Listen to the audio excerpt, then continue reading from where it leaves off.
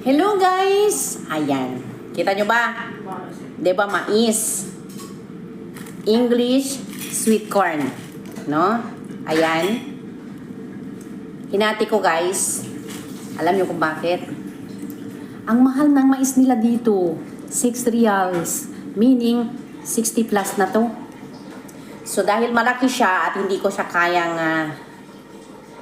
kainin na mag-isa dahil sa sobrang mahal nga. So hinati namin dalawa ng aking kaibigan, ng aking kasama na si Jeline.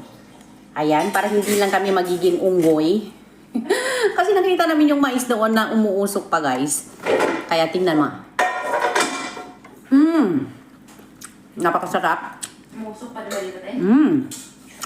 Umuusok-usok at mabango yung usok niya. Kaya napasubo kami kahit mahal. Kaya ito. Sobrang lambot, sobrang juicy at absorb talaga yung lasa niya kahit hindi mo nagamitan ng asin. Day, halika na Day. Habang init pa siya. Sumura na yung Mamaya kainin ko ba ito, oh? Ito ba, Day, oh? Kasi matamis. Ang tawag dyan? Yung ano niya? Yung pakaw ba to? Okay. Kaya kung gusto kayo bumili, punta na kayo ng Top Center. Kung malapit kayo dito sa Damam. Init-init pa. Sarap. Tara.